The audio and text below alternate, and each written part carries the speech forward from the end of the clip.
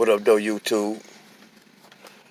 This is a new video here that I'm going to make, and this video it will be titled, Only Virgins and Widows Are Fit for Biblical Marriage.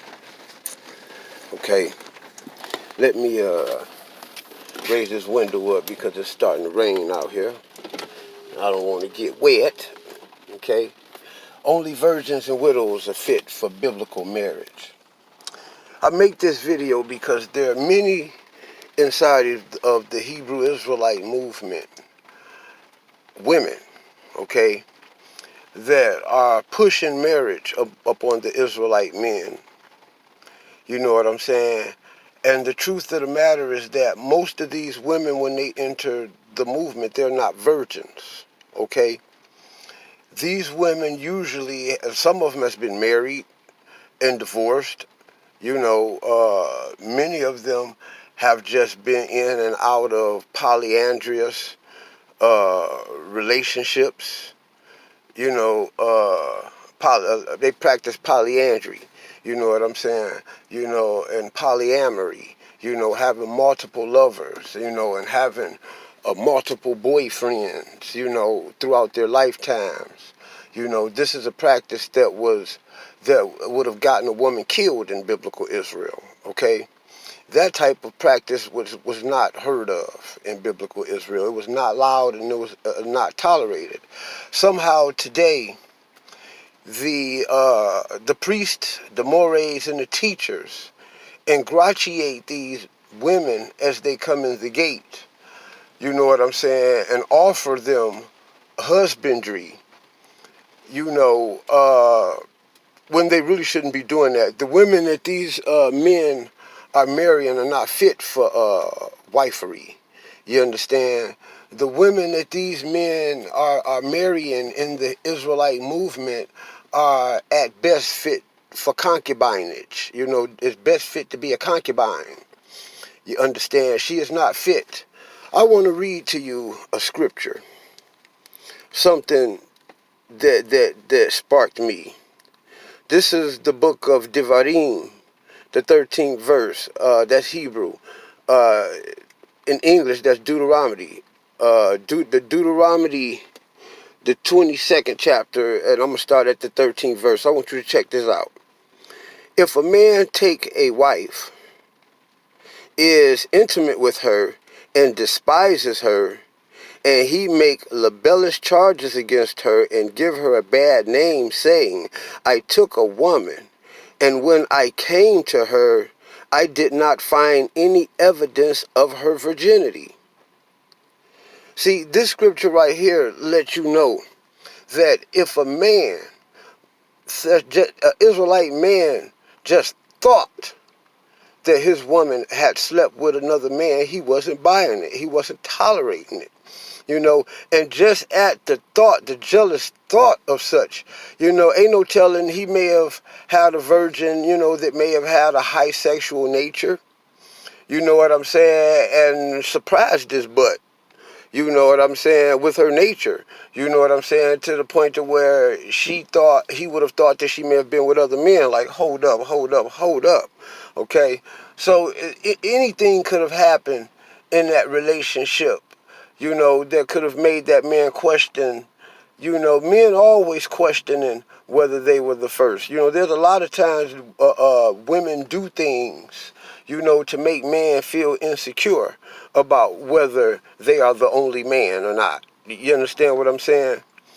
The Israelite man, you know, this scripture shows that the Israelite man would abhor the idea of his woman sleeping with another man or being with another man.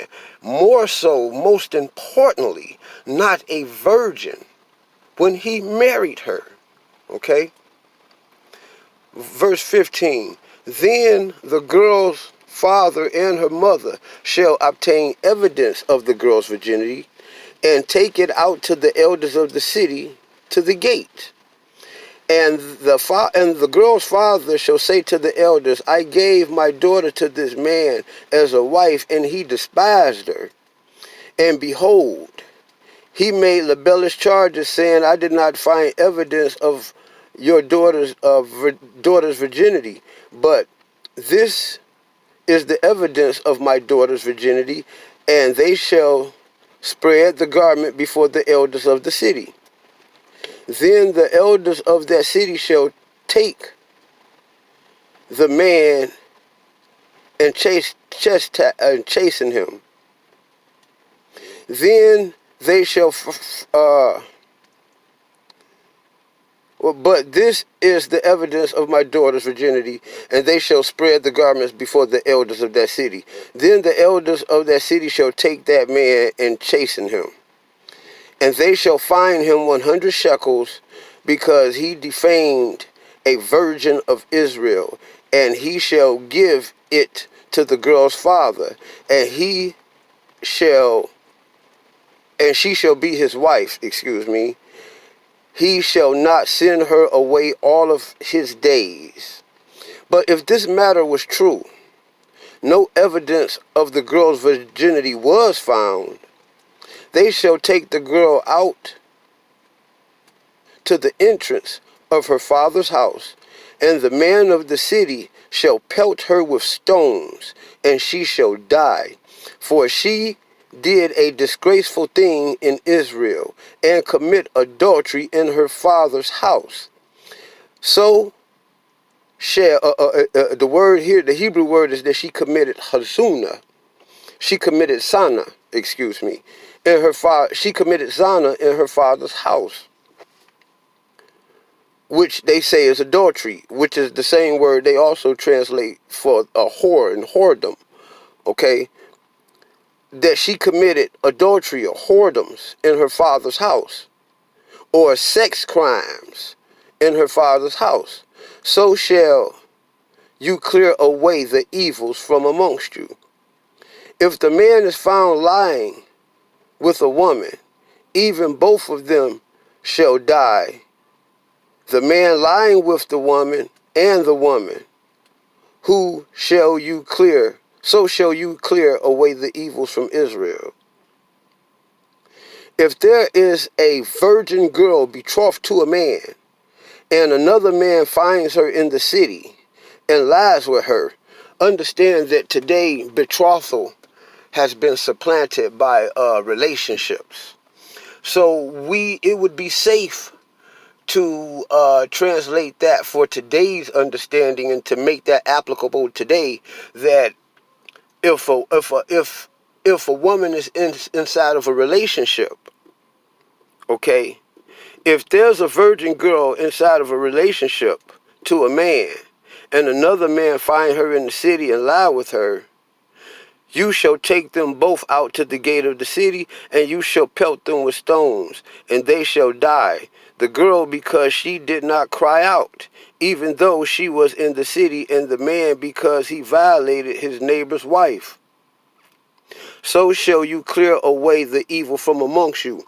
See, the jealousy was the same with a husband, as well as with a boyfriend, or someone you was betrothed with, because the same laws for a girlfriend or a concubine, or someone that you was betrothed or in a relationship with, those same laws applied for the wife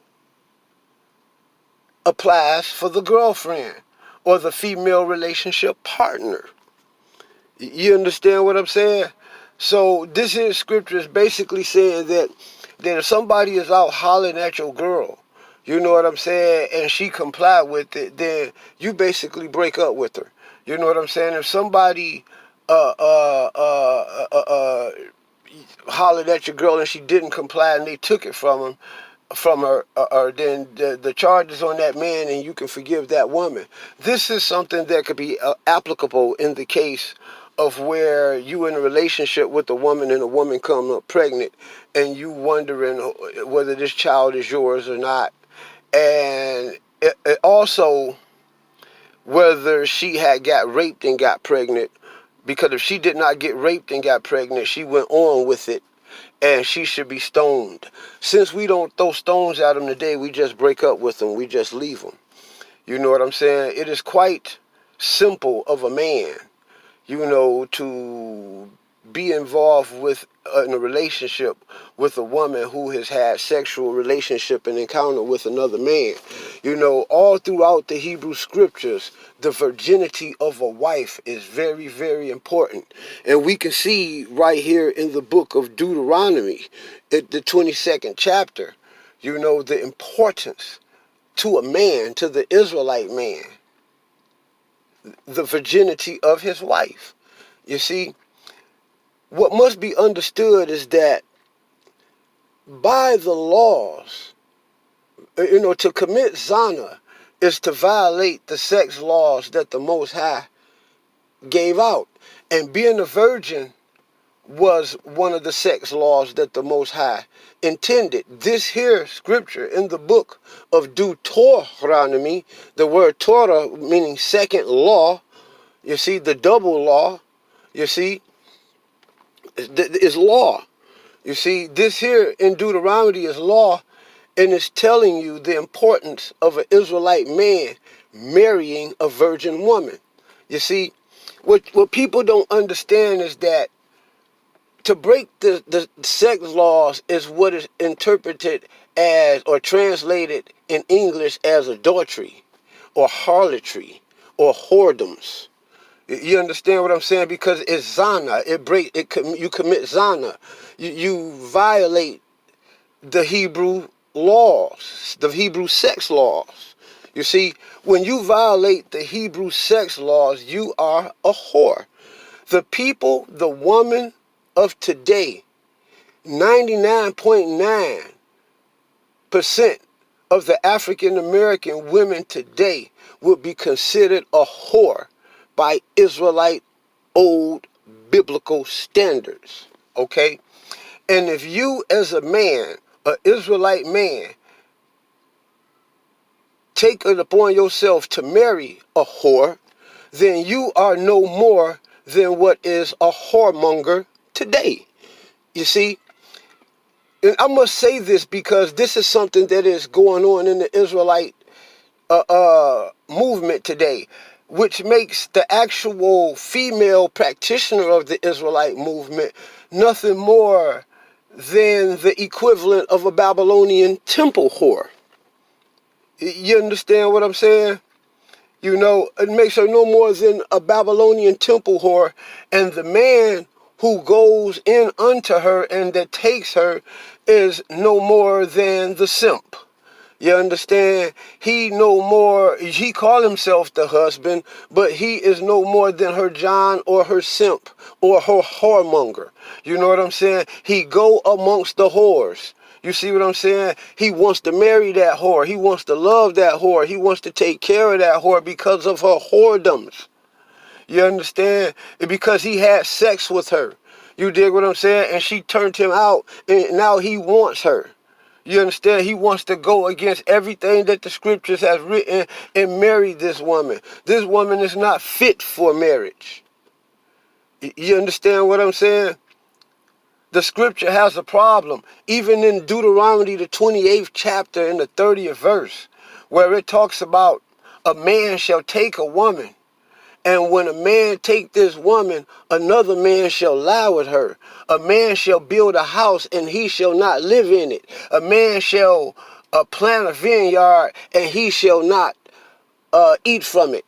When a man shall build a house, a bait, which is also building a family. This man shall build a house and a family, but he won't be able to live in it because the woman is going to break up with him and go to another man.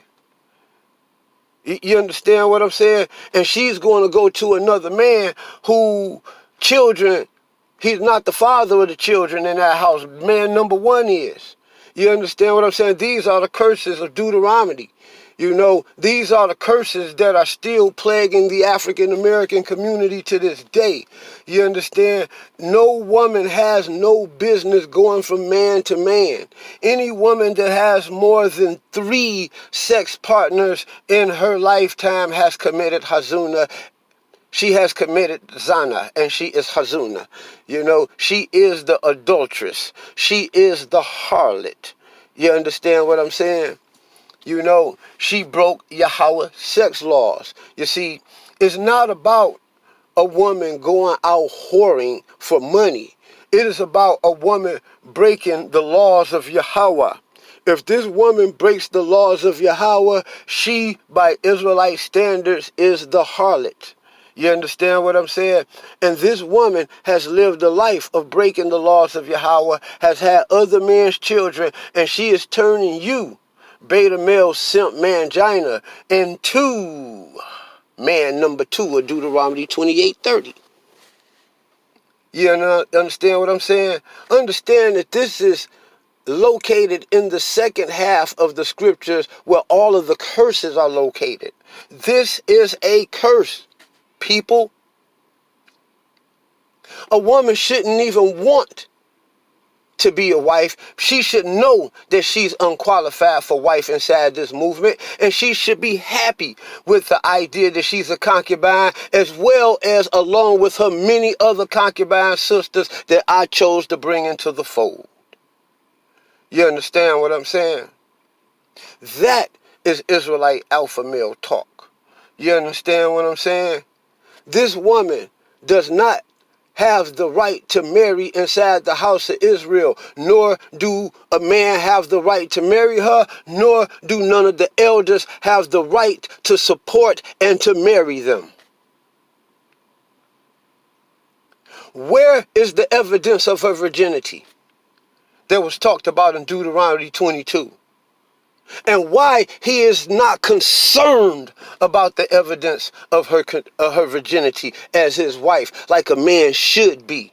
Why he's not concerned about how she got down before he met her. Why he not concerned whether she was a whore or a prostitute, or whether she used to shake her ass in the club butt naked for money, or an escort, you dig? Or maybe a homosexual. You understand what I'm saying? Like other women. You know, how you know that she wasn't involved in bestiality? You understand? Because see, the scripture tell you don't sleep with animals. It tell you not to sleep with other men.